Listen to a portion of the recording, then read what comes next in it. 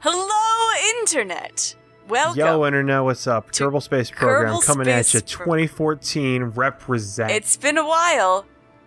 It's been about the same amount of time. Has it? Yeah, we only play this every 2 weeks. Alright, so we're gonna start this off. We're still trying to recover all of our Kerbals because we're wrapping up all of our manned expeditions. So we're setting our lander off again, back to the moon. We got it disconnected from the space station. Matt, I didn't know you were kicking me off the Force. You're a loose cannon, Manda. Loose cannon, Carney. You're out of control. You said you're ending Turn all in your badge and your gun. You said you're ending all your Manda operations. I see what you did there. Yeah, I see what I did there. I see what you did there. Yeah.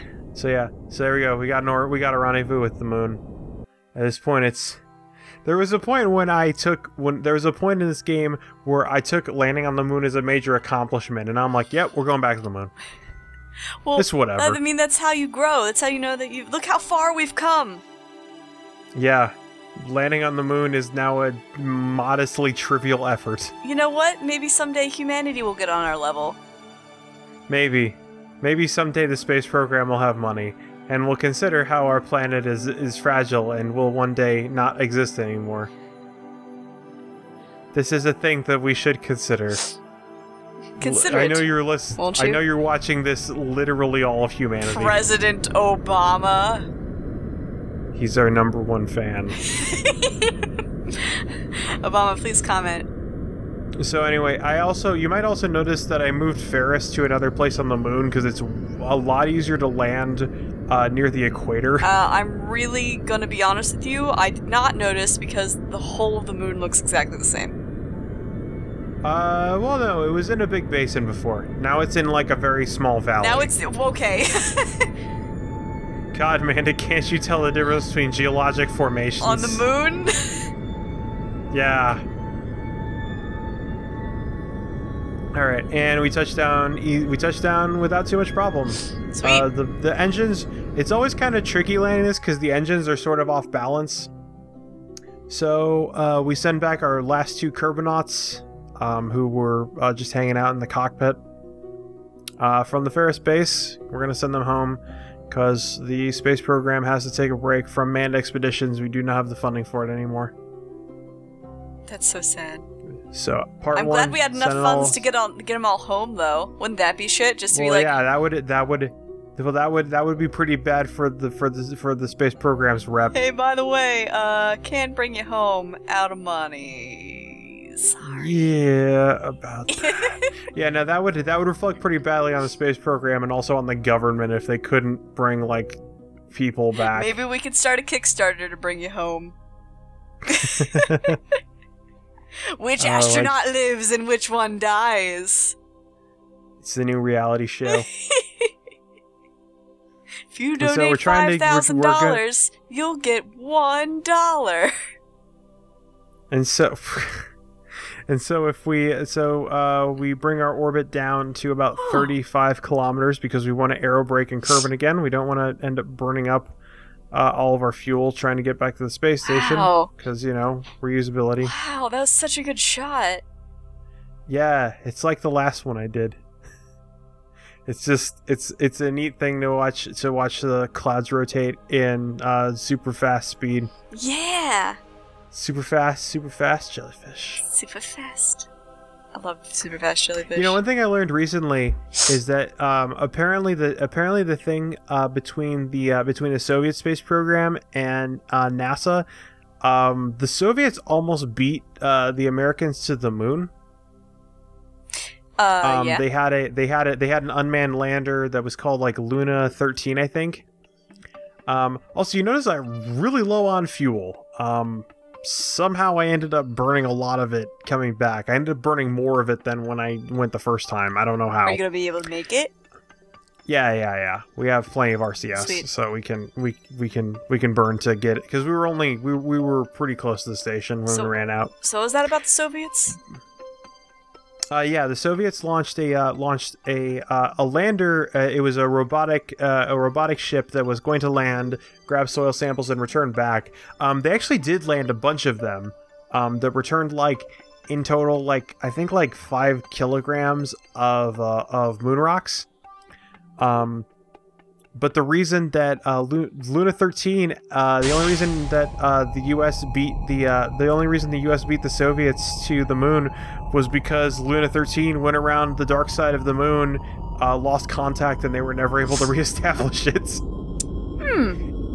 It got to the moon 13 days, or it got to the moon 3 days before Apollo 11. Huh. Which was the that was the iconic that was the, you know, Apollo 11. That was Eagle. That was Armstrong and Aldrin. Yeah. And the third guy that history has forgotten because he did not put his foot on the moon. I'm sorry, third guy. I don't remember your name. Third guy. Hold on. Well, third guy.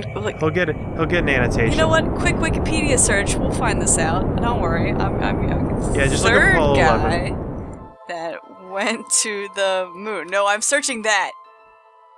Alright, also, we're sending Sugar up. You notice that Sugar has a slightly different payload layout this time, because we need to bring a bunch of people home. Yeah.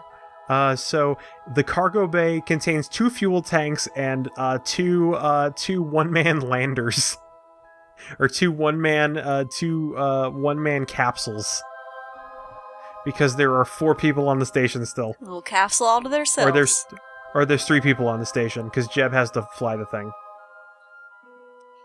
Yeah, Michael Collins.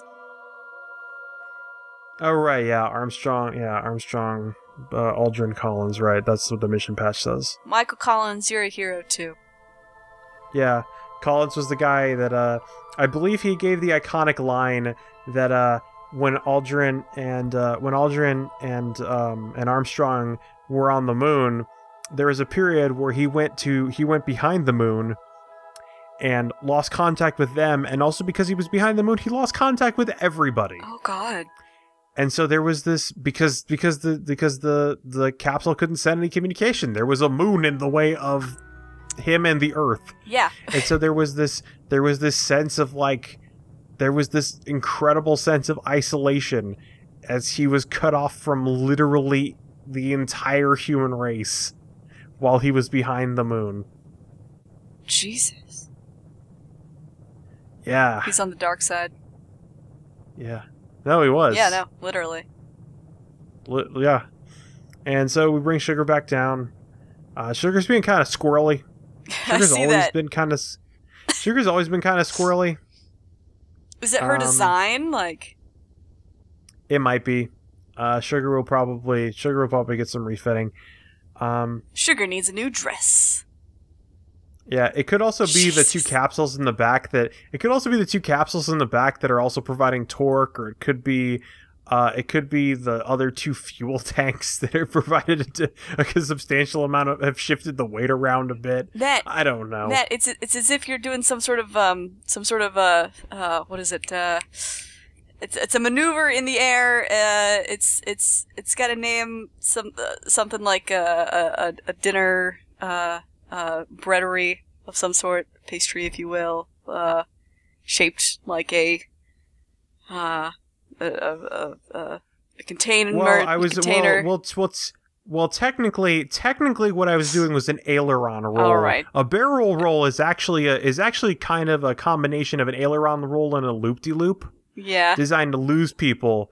If you should not take your advice on tactical flight maneuvers from forest animals. That's what I'm doing right now, Matt. I will also tell you that that neither a barrel roll nor an aileron roll will deflect lasers. This has been proven by science. Matt, you're the best kind of forest animal to take space advice from. Exactly. Man. And so now the last people we have to get back are the people on Asteroid Station, and so I'm boosting my orbit out to near the moon, so that I can do a plane change with minimal use of Delta V. I can't be at the moon, which is a problem because my projected orbit changed from what my actual orbit is, so attempting a plane change just caused the spacecraft to go wildly out of control. Oh no. It's interstellar. I actually don't know what Interstellar's about, so... I think it's about going through a wormhole.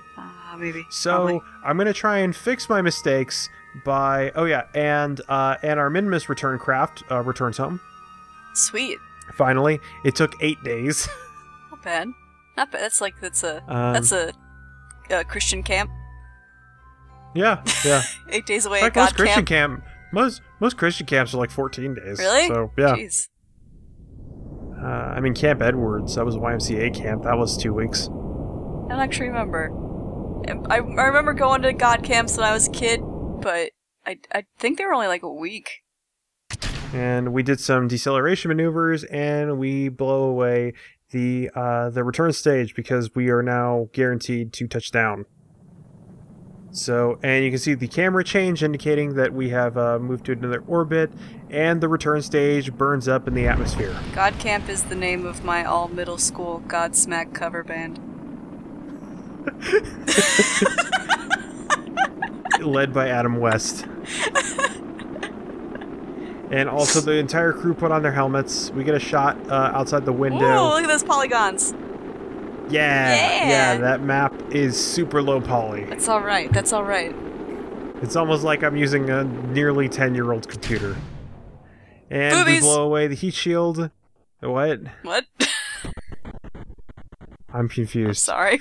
But yeah, we blow away the heat shield and we pop out the parachutes. And we send. They look like a point, spiky bra is what I was getting at. Okay. There we go, and the heat shield crashes Come on, down. that doesn't help any. Yes, we should have called the ship Madonna, clearly. And so we come to our lander, which I attempted to aero brake. Oh! And I dug a little deep into the atmosphere. Oh no! No! Yeah, this... No! Come on, baby, hold together. Hold together. This is so bad! Hold up. Stop. We just... oh, yeah, we lost it. No! There goes one of the engines. No, fuck! Who's in Things there? are not going well. Shit! No one's in there. It's unmanned. Alright, well, okay. Well then We were just sending it out. Let's watch The some problem explosions! the problem is that this was supposed to go out and collect Carney Kerman and Campin Kerman from Asteroid Station. Whatever. Where they've been staying for, 5 months. Oh, there goes the other engine. Whoops. Yep, it's gone. Mission Control, now that the plasma has dissipated, Mission Control is attempting to reestablish contact with the probe, attempting to reignite the primary engine to see if we can recover the vehicle. And no. No. Oh. Total loss. Oh. Hilariously, though, if anybody had been in the capsule, they would have survived. Wow. The cockpit is the only part of the vehicle that did not explode. That was someone's farmland, Matt. I know. And I just scattered nuclear engines and hydrazine. Monster corn this season. And so we end up bringing back one of our old vehicles. You might recall that there was a prototype I had for Sugar, which was just loaded down with fuel. In fact, it was just fuel tanks and a cockpit and a very small cargo bay. So we ended up bringing the prototype out of retirement. Can you make a ship entirely out of guns? Huh? You mean a plane made out of guns? Yeah. Fighting a robot with guns for arms that shoots guns? Smaller guns with other robot guns. So we ended up burning a lot of our fuel to get into orbit. This had a lot of fuel to start off, so we're gonna dock with the station, refuel. We're gonna boost our orbit to way beyond geosynchronous orbit. This is going to be the farthest any of my space planes have ever gone. And so we boost our orbit out. Of course, once again, Jeb is at the controls. And yeah, this is the farthest a winged vehicle has gone from Kerbal to this date. And we move far out. We stay the hell away from the moon. I'm not going to mess up my inclination change again. We perform a very low velocity inclination change to sync up with asteroid station. And boom goes the dynamite. And then we begin a series of aero braking maneuvers. Since this has wings, it is very, very good at aero braking, and really any aerodynamic related maneuver. And so we will keep aero braking through the atmosphere until our orbit matches the orbital height of asteroid station. You know, a fun fact about the somewhat related. So we undock asteroid station from Langston, and start sending it towards. We start sending it since Langston's already been well cataloged. We send asteroid station to dock with 103 Alpha, otherwise known as Stevia. I thought you enjoyed that.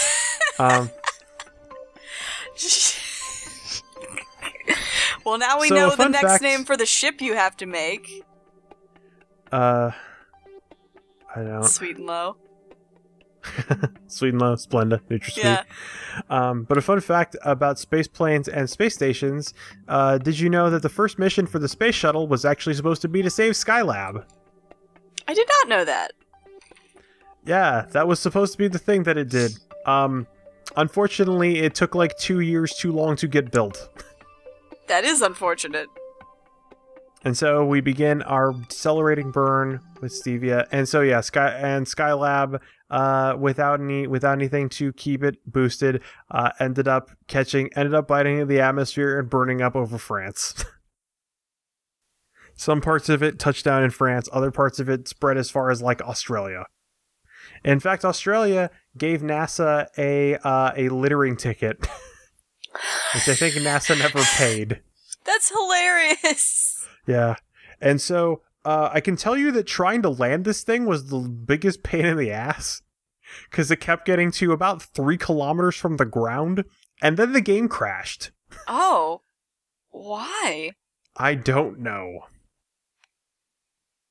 It probably tried to load something, and it got super confused. So What's Campin' Kerman doing? Campin' Kernan, he's actually in the little one-man lander can that's in the cargo bay. Oh, okay. So he's flipping the fuck out. Yeah, well, it's rocking around because it's attached by a bunch of docking nodes. Really, the only one who isn't freaking out is Jeb. Because, you know, having a good time. He's a boss. That's right. And this is also the most hands-off landing approach I've ever done. Like, because the game is crashing so much, I just like, okay, I'm just not going to touch anything. I'm just going to let the game play itself. Sometimes the game knows how to play it better than you do. Yeah, and so with the exception of a couple times where I put the nose down a little bit because the plane started going into a stall when it got deeper into the atmosphere, I pretty much just let this go. I can tell you that before I sped it up, this landing took like the actual filming of this landing took 36 minutes. Damn. Like this clip was 36 minutes long. God damn. How fast are you going? I think it's at, I don't know, like 500% speed or something. I can't remember. I also cut it a little short because some part of it was through darkness. And so we were just looking at a black screen for a while. And so we break through the clouds, and fortunately, it's a pretty level field, which is good. Sweet. It would have really sucked if I went through the clouds and found a mountain. That would have sucked, wouldn't it? Yeah. Good thing that didn't happen. Yeah, no, it's a really good thing. It would have been super hard to pull out. I probably would have just crashed into the side of a mountain. That would have been a really shitty ending. And probably hilarious to watch. Probably hilarious. Just would have been really shitty that like I did that much work and then it's just like, oh, everybody's dead.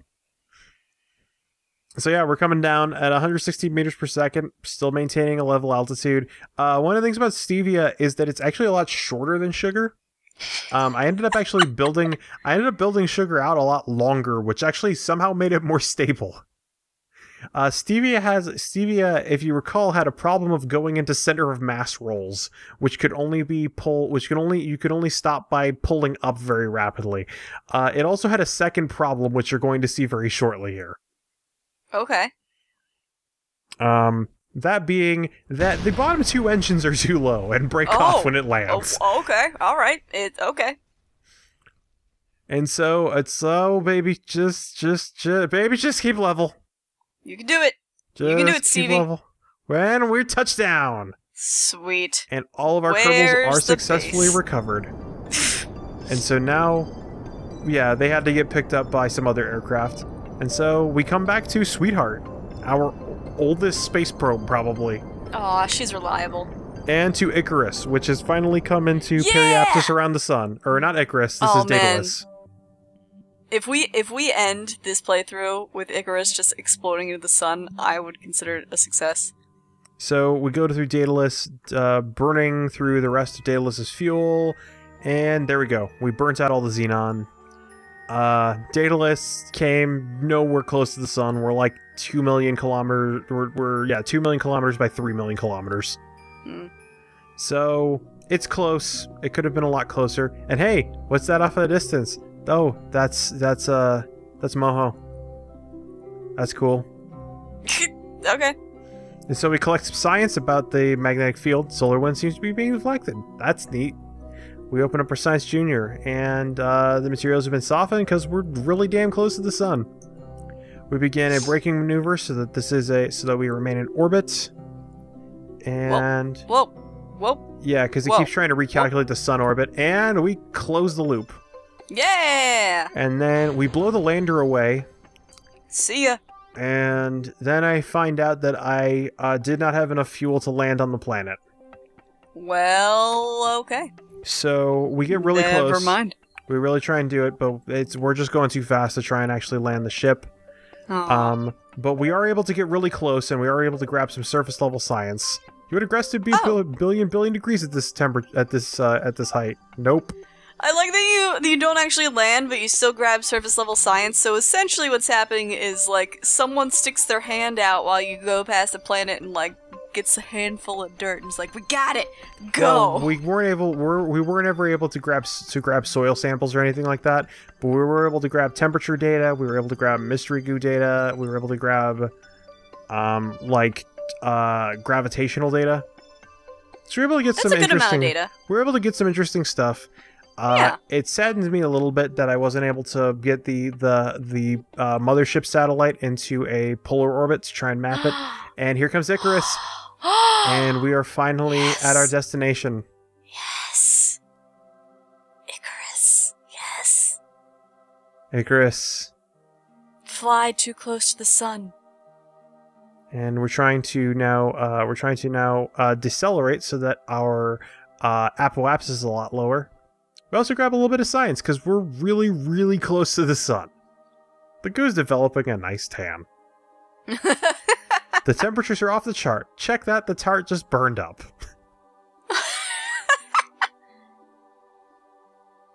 And there's no atmosphere on the sun. And we're still too far away to grab any mapping data. And so now we come to Duna, the red planet. With our with our second exploration probe cluster satellite, like a little skittle out in the sky. And it takes us a really long time, but we finally do eventually close the loop on Duna here. Close the loop. Mind the gap. There we go. We almost landed on the moon, which would have been bad because that would have flung us back out into a solar orbit.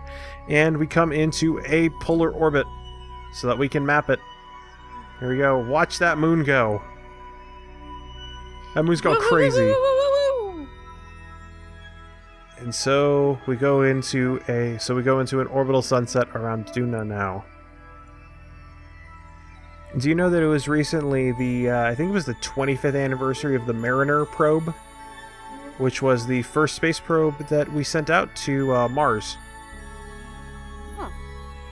I will be honest with you, I don't know much about space. I know what you tell me. and we blast off the orbital injection stage, and we blast off the heat shield because we really don't need it. Duna's atmosphere is actually Duna's atmosphere is actually really, really thin. It is impossible. It's almost impossible to burn up. So you can watch all the little fairings and struts fly away. I was gonna say, did we lose more than we should have? No, we just all right. So a couple days later, we end up taking an entire map of Duna, and we spot a couple of anomalies. Now, I will tell you, I tried to land at some of those anomalies, but I discovered some problems with the landers that I put on the craft. Oh no. Namely, that I really should have checked the center of mass on them. Because they are crazy off balance. Oh no. Yeah, so that causes some problems. But we release 3 of our landers, because the plan is to try and drop a couple landers onto Duna, and we're gonna leave one on Ike, to run some science on both of them. Because there's 3 anomalies on Duna, so that should be interesting. We deploy solar panels. We're successfully receiving healthy solar charge.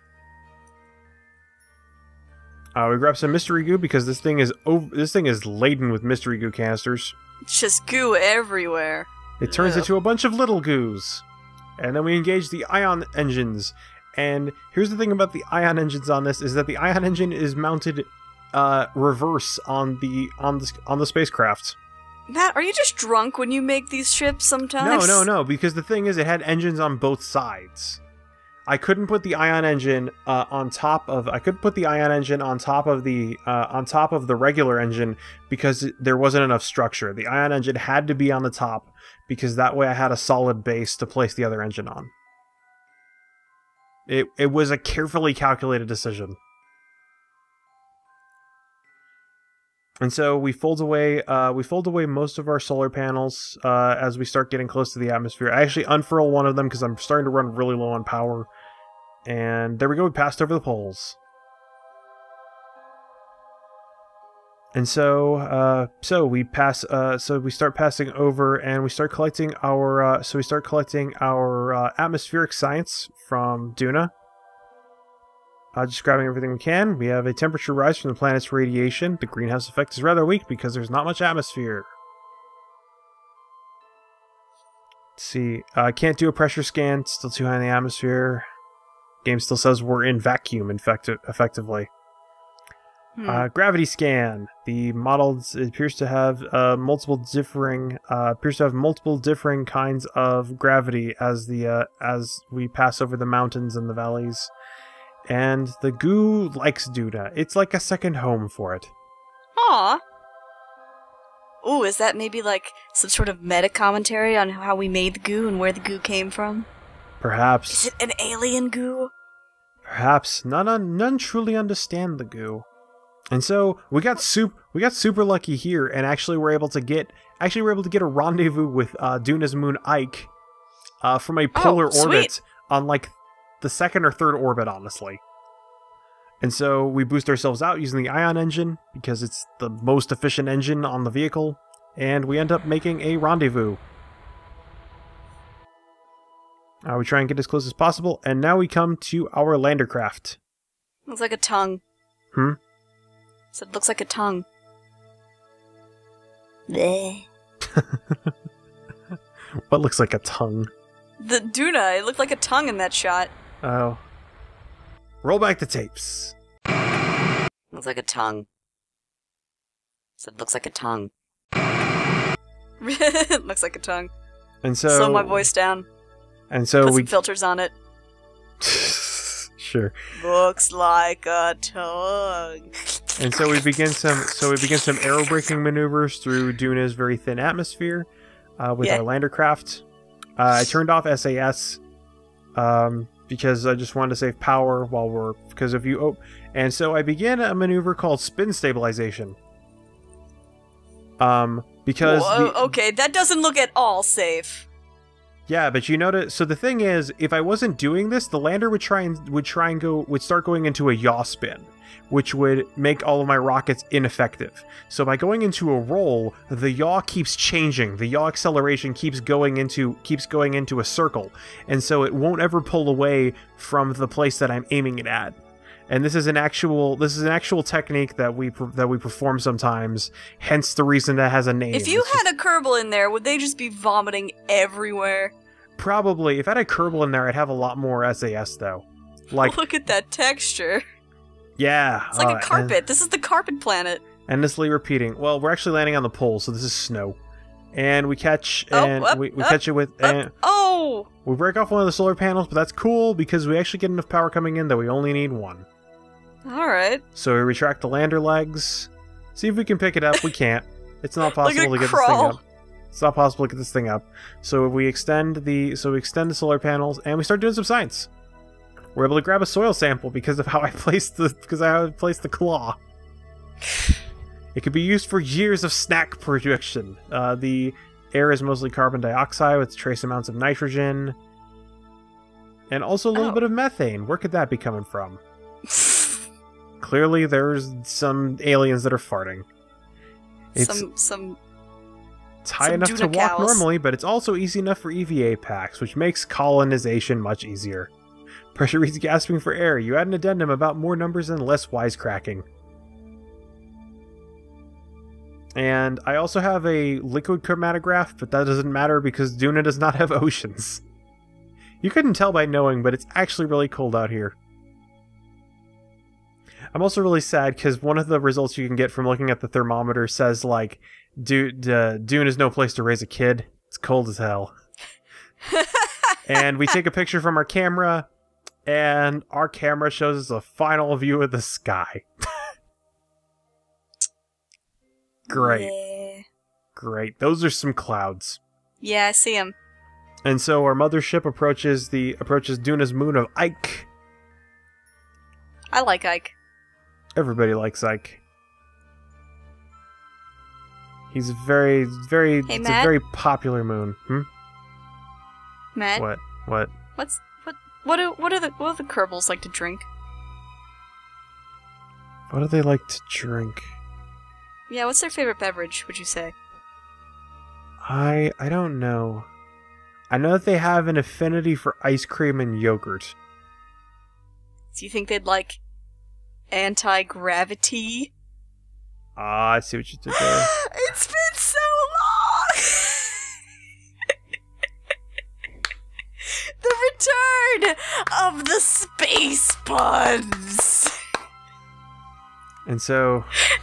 Are you clapping or are you hitting yourself off No, something? no, I was giving the Citizen Kane clap. And we give this its proper name. Pepper. And so... That was a weird noise I made. And so we begin our landing maneuvers. Gravity scan while near Ike. It's tidally locked, just like it was. The thermometer's busy right now. If you'd like to get a temperature reading, please leave your number after the tone. And so we begin our maneuvers again. We have to again do spin stabilization. I can leave the solar panels out this time though, because Ike is a tiny moon and does not have an atmosphere. It's also much easier to land on because gravity is very, very low. And so we just can descend for a while because we're going less than 100 meters per second, and we're like, according to a Kerbal engineer, we're like 7 kilometers up. And we're really not, we put the solar panels away because I'm expecting this thing's gonna tumble out of control when it hits the surface. Well, you know, that's like life. Life is like a space probe. It really is, though. Just twirling towards freedom. And just keep getting closer, and oh dear. And that low gravity makes landing actually super tricky, and I'm really hoping it does not hit the probe core and break everything. Fortunately, no, it hits the landing legs. Fortunately, it does. And it broke off one of the solar panels. We're able to actually flip it over to get some of our other stuff because of the low gravity. And so we start taking science from Ike. Gravity scanners report a very low reading. Do all moons have the same gravity? R&D tries to note the theory down. Can't get atmosphere because there's no atmosphere on Ike. Just completely bland. Thermometers, yeah, we got that one already. No atmosphere to sample. Traces of helium, argon, and sodium can be found in the atmosphere, though. Curious. Very, very curious. Salt. And Scuba-Matic Jr., we take a soil sample. A piece of Ike. You like Ike. Everyone likes Ike. And so we leave... Ooh, zoom out. And so we leave Pepper on the surface of Ike. Bye-bye, Pepper. We take one more gravity scan from Ike, and then we prepare to send the mothership back into orbit around Duna to keep collecting data from the orbiting and landed space probes. Wow, this is like a really intense situation, huh? Yeah, well, it had a lot of missions to do. I mean, I'm just now starting to grasp the gravity of it all. That could not be better delivered if you were Sandra Bullock or George Clooney, perhaps. And there go the... I finally decoupled the last little bits of the mothership. So it is now just a bunch of scientific instruments strapped to an ion engine. The atmosphere scanner also doesn't work for some reason. I think because that part of B9 got broken at some point. Yeah, I was gonna say. Science Jr. is inside. You see what appears to be small, glowing yellow squid-like creatures. Interesting. We grab some magnetospheric data from in space near Ike and in space near Duna. And there we are. We come back to Icarus, making another pass around the sun. The readings are off the scale. Perhaps the heat is causing a malfunction. Uh-oh. Would that not be terrible? And we come to our Joule exploration. That we come to our Joule exploration probe, finally arriving at its target, like 900 days after it was launched. I see it swinging in the back there. Yeah, all those moons. We blow away the orbital insertion section because it is out of fuel. And so we just throw that dead weight away. We use the ion engine to bring ourselves into a low pass around Joule so we can begin aerobraking maneuvers. We don't want to get too deep into the atmosphere because Joule is a gas giant, and if we get like more than about 20 kilometers into the atmosphere, it will crush us. Look at all the moons. I see them all. Whoa, it's got Steve stripes. And there's the You know exactly what I'm talking about. Yes, I know. Yes, maybe there are some clues on Joule. And we begin our passage through the atmosphere, our heat shield in place. Unfortunately... is the atmosphere freaking out? Yeah, I don't know what's going on. It's like blinking. Yeah. It's Morse code! The planet's trying to tell you something! And the goo seems to be moving more slowly here, possibly due to lacking warmth from the sun, because we're really far away right now. Yeah. So we start trying to grab various atmospheric data. Warmer gas from within Joule brings the surrounding temperatures far up.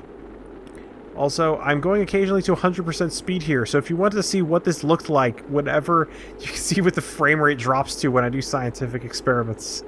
Jeez. Joule's massive gravity causes time to slow from your perspective. Yes, certainly that's what's causing time to slow down. It is like Interstellar, and which is a movie I know nothing about. And we actually have performed an aero capture. The aerobraking has been aggressive enough that we're actually now in a stable orbit around Joule. The decouplers and the heat shield are keeping most of our scientific instruments safe. We open the Science Junior and we grab a little bit of stuff. We also start mapping the planet, this gas giant. I don't know what kind of map we could possibly create from a gas giant. But by George, we're going to do it. Hell yeah. I mean, we decided to map the sun. Yeah. The sun is awesome. The sun is made of plasma. How hard could it be to map gas? This is what happens when you give us like a lot of money in a space program. We just map things that can't possibly be mapped. We blow and that's right. Now that we've properly aerobraked, we blow off the heat shield, we blow off one of the decouplers, and we remove one of the space probes. because the one that I turned on mapping for, I could not turn mapping off for, and it just kept draining the battery. So the only way I could save the entire mission was to blast that probe off. And so we come into orbit around Lathe, the one of the closer moons of Jool, and we prepare to do some atmospheric science. There's a strong magnetic field here, Joules, because it's big. Yeah. Super big. It's a big planet. It's still there. It's a little big planet. Sensor scans detect the gravity of Lathe. It hints at diverse terrain beneath the water. Matt, next time you visit, let's play some Little Big Planet. Sure. It's so fun and pleasant and delightful. I have not played Little Big Planet in years. It's so beautiful and wonderful. Also, man, look at Lathe. Look at that. Yeah, it's... Speaking of beautiful and wonderful, it's gorgeous. Look at that blue. Yeah. And so we start coming into the lower atmosphere. We do end up burning all the landing gear off the craft. Temperature below water freezing point. It's clearly the water here has odd characteristics, or it's salt water. Fortunately, it's sea planet. Yeah. It's, actually, we do an atmospheric composition, and you notice that the atmosphere is actually very strangely similar to Kerbal. 80% nitrogen, almost 20% oxygen, with a couple trace elements. Could we live here, maybe? If something poor were to happen? Possibly. Talk to the goo to pass the time. The goo is not talkative, once again. I'm sure nothing bad will happen to Kerbal. Nothing. Definitely nothing bad from all of those asteroids. So we launch our first explorer, Posh. Posh. Again, names were suggested by Amanda. Oh, did I suggest that one? Yes. And we actually managed to bring this into a polar orbit around Jool. We carry out some aerobraking maneuvers in the upper Jool atmosphere, and we end up actually bringing our orbit down pretty far. Because again, we're going to try and map this. And so, need a map. once we're actually pretty close above the atmosphere, we can kick our mapping tools on. We just have to bring it down to within a couple hundred kilometers on each side. And there we go. We have a pretty well circularized orbit. Your orbit, like, encircles the planet perfectly. Yeah. And so we're going to try and catch an orbit with Jool's moon of Tylo, and try and kick the entire craft into a polar orbit so that we can try and map everything. Tylo. We're going to try and launch each of the probes off in a polar orbit so that we can actually meet with all the rest of the planets, or with all the rest of the moons. And Don't pass that on me now, Campin. And so, there we go. Our second probe, Sporty. And so we dumped a little bit of fuel into this probe, and we passed very closely over Tylo. In fact, close enough that we can actually we get a little bit of science from space near Tylo, from the magnetosphere and from the gravity scanner. We can get some information about the interior. Tylo, we cannot aerobrake in Tylo, which makes me sad because this is going to speed my orbit up a lot. It's going to kick me out. But Tylo is a big moon. It has no atmosphere. It looks like a lot of other moons. And I kick my orbit down a little bit because I want to make sure I can get that sweet, sweet surface level science. Oh, you seen one moon, you seen them all. Look at that. Look at that big old, round old, mean old moon. Gravity here is negative for some reason. What? I don't know. What?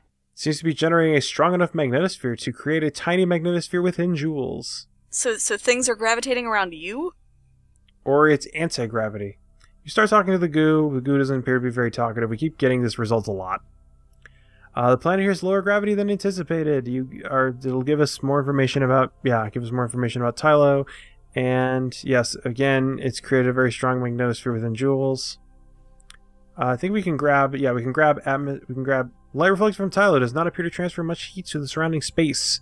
So Tylo is absorbing most of the heat energy given off from the sun, which, it should be mentioned, since we are so far away from the sun, we're actually not getting a lot of heat energy. We complete our map of Jool. We cut ahead a couple of weeks. And Jeez. yeah. How long have you had this game running while all this happens? Well, I was just able to speed it up. So we send the information off, and there's not a lot to say about it. You notice that our map does not look super interesting because we tried to map a gas giant, and so there's no real, like, you know, altitude information or geologic information about this planet that is literally made of gas. And so, Sporty's, or now Pasha's mission complete. We're going to send it into the lower Julian atmosphere to see if we can grab some atmospheric data before losing the probe entirely. Go, girl, go! Go, girl, go! And so, we now have a periapsis. Our apoapsis is just above the atmosphere. We begin an atmospheric mapping from our mass spectrometer. We find that the planet is mostly hydrogen and helium. It is an interesting thing to note that because of the way that all of the planets and stars and everything in this game have been reduced, it's been pointed out that the main star of the Kerbal system should not actually have enough mass to ignite. If anything, it would be a brown dwarf. So like a it's too small to. So it's not 100% scientifically realistic, is what you're telling me. Yeah, no. Their sun is apparently made of some hyperdense material, and the press map barometer still says we're in vacuum for a while, and we just keep monitoring that because as soon as the display starts measuring atmosphere, we can start logging pressure data, which will give our boys in the lab something interesting to note. And there we go. You notice that it has a crack and it's shaped like a donut. You also have stopped reading the pressure, but you've also stopped caring. So we start sending the science off, and we also grab the mass spec data. It has ammonia clouds, and also the hydrogen appears as a supercritical fluid rather than a gas. So we start trying to send the information off, and we run out of power. We're able to send a little bit of it off, but we run out of juice. And so now we've completely lost control of the probe, so now it's just time to enjoy the fireworks. Goodbye. Which one, Posh? Yeah, Posh. Bye, Posh. Posh's mission has been completed. You worked hard. Yes. I really enjoyed you in that little Gucci dress. And there goes the landing gear. There goes the mass spec. Oh! Oh, damn. Wait. And there goes the rest of the probe. Whoa! Holy shit! Very nice. And so we have Sporty going in orbit around Jewel, and we send We send it off to try and catch a polar orbit with Lathe. We're going to attempt to do an aerobraking maneuver because this probe does not have a lot of fuel left. So we're going to attempt. Watch Spice World? We're going to have. I have not. I really need to. We're going to attempt. You really should. We're going to attempt an aerobrake or an aero capture around Lathe, which means we have to bring it deeper into the atmosphere than we did before. Go deep. So you can do it. Here we go. Here we go. Here we go. Here we go. Now. Are we going? We're going. We're really catching the heat there. Everything seems to be under control. We're trying to keep it stable. We're trying to keep it... Oh, no. Oh, no. Oh, whoa, no. Aerodynamic forces ripped it apart. What's that little bit left? It's the probe body and the decoupler and the solar panels. So, unfortunately, this is where our Joule science ends. We don't have enough fuel to continue transferring between the moons with our ion engine or our probe engines. So this is unfortunately where the current mission, at least for now, with our Joule Explorer ends. Perhaps another. We'll come back someday. Perhaps another time. Reunion tour. And actually, the probe managed to survive the impact, but it can't do much because it doesn't have anything left. So we grab our mapping data from the sun, and it's worth nothing because the mod did not expect us to try and map the sun. Why not? I don't know. Why wouldn't we? Gave us a problem. It made me sad. And so we decide to kick our orbit down to continue to bring Icarus to the final point of its mission. You notice that there is no periapsis on Icarus anymore. Oh no. Is this the end? So we are carrying out the final leg of the Icarus mission. Will the hubris of man finally catch up with Icarus? Fly too close to the sun. Ha! We're going to attempt to grab one last little bit of science. We're going to see if we can grab any atmospheric data from around the sun. Perhaps it will show up. Father warned you. When we get very low. And there we go. See, at this point in the film, things are going nuts inside.